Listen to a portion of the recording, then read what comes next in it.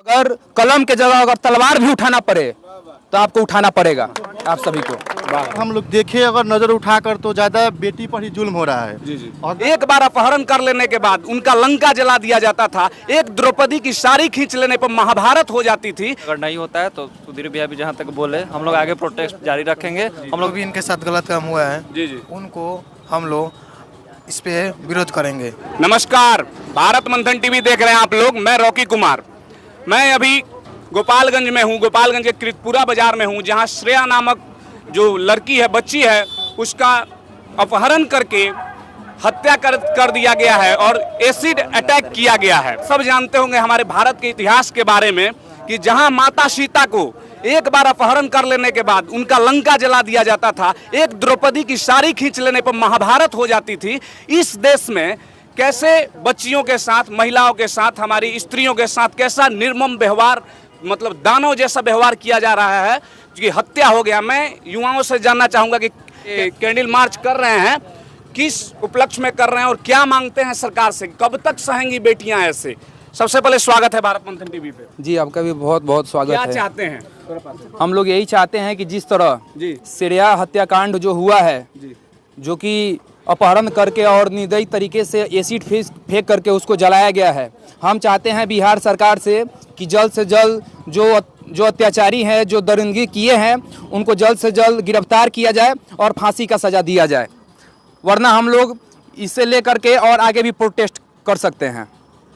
एक बात बताइए, क्या आप लोगों को लगता है कि इस जो आप कैंडल जला रहे हैं, इससे इसकी मतलब हल निकल पाएगा इसका? अगर प्रशासन इसको गंभीरता पूर्वक नहीं लेता है तो हम लोग और भी आगे जाने के लिए तैयार हैं। और भी आगे जाने के लिए? हाँ। और भी कुछ लोग हैं, उनसे जानने का प्रयत्न, क्या कहना चाहिएगा इस निर्मम जो हत्या हुआ है? इसे आप हत्या कह सकते हैं, कुछ भी कह सकते हैं, मतलब दरिंदगी तो हुआ है। क्या श्रेया हत्याकांड में जी जो भी इनके साथ गलत काम हुआ है जी उनको हम लोग इस पे विरोध करेंगे। अच्छा। नहीं करने के बाद प्रशासन इस पे अगर नहीं लेती है तो हम लोग दंगे करने के लिए आगे हैं। और भी हम कुछ लोगों से जानना चाहेंगे, एक और सज्जन हैं, उनसे भी जानने का प्रयत्न करेंगे। मैं कहना चाहूँगा, जी यदि प्रशासन चाहे तो मंदिर से किसी व्यक्ति का चप्पल जूता गायब नहीं हो सकता है। जी। जो दरिंदे हैं उनके खिलाफ यदि प्रशासन पूरी तरह से अपना प्रयास करे तो निश्चित रूप से पकड़े जाएंगे। और जब ऐसा होगा तो हम सारे लोगों का जो संकल्प है वह पूरा होगा। देखिए सर, कहीं ना कहीं हमारे देश में बार बार ऐसा हो रहा है और संविधान में कुछ ऐसी कमियां हैं, क्योंकि हम पहले भी शुरुआत में बोल चुके हैं कि हमारे देश में अगर किसी का हरण हो जाता था तो लंका जला दिया जाता था, साड़ी अगर खींचने का कोई प्रयत्न करता था महाभारत जैसा युद्ध हो जाता था। तो संविधान में यहाँ कुछ ना कुछ तो ऐसी कमियां जरूर है जिससे उन लोगों का मनोबल बढ़ता है कि 1 साल में तो हमको छूट ही जाना है जेल से। इस पर आप क्या कहिएगा?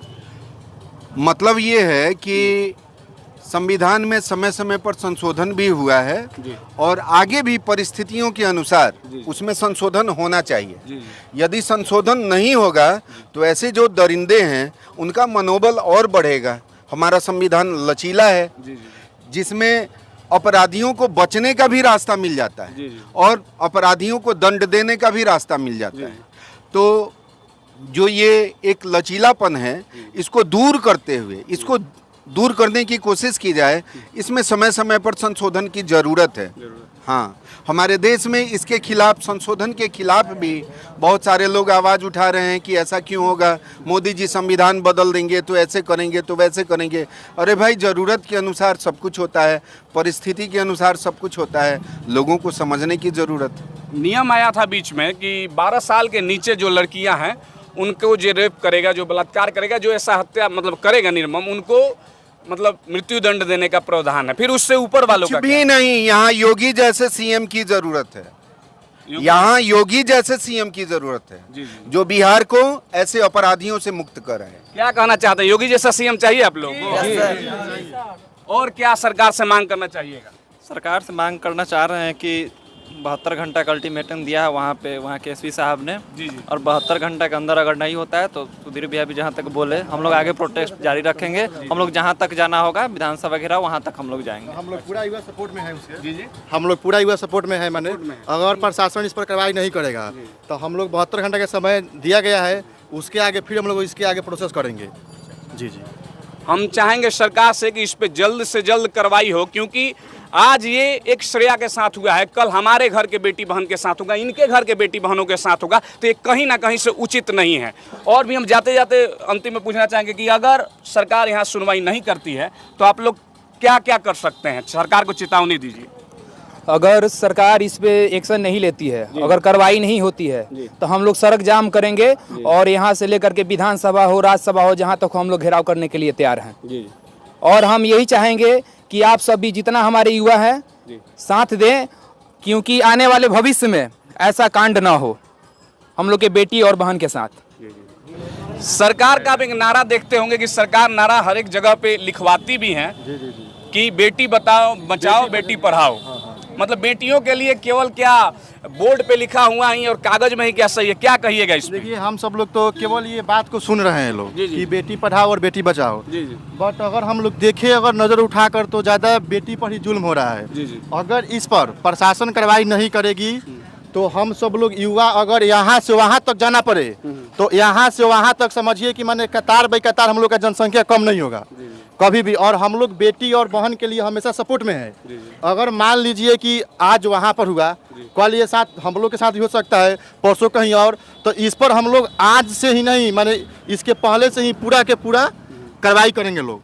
नहीं तो प्रशासन से हम लोग का आग्रह है, पहले हम लोग आग्रह करते हैं लोग कि प्रशासन महोदय आप वहाँ पर जाकर जल्द से जल्द, जितना जल्द हो सके उतना जल्द वहाँ पर जाकर और इसको आप कार्रवाई करिए, नहीं तो हम सब लोग तो कार्रवाई अब करेंगे लोग। क्योंकि मान लीजिए कि हम लोग इतना दिन से भी चुप हैं, लोग चुप रहने के कारण ही हम लोग को ये सब आतंकी या बेटी पर या अपने बहन पर या माँ पर जुल्म हो रहा है। बताइए कि हम लोग कब तक देखेंगे लोग ये सब?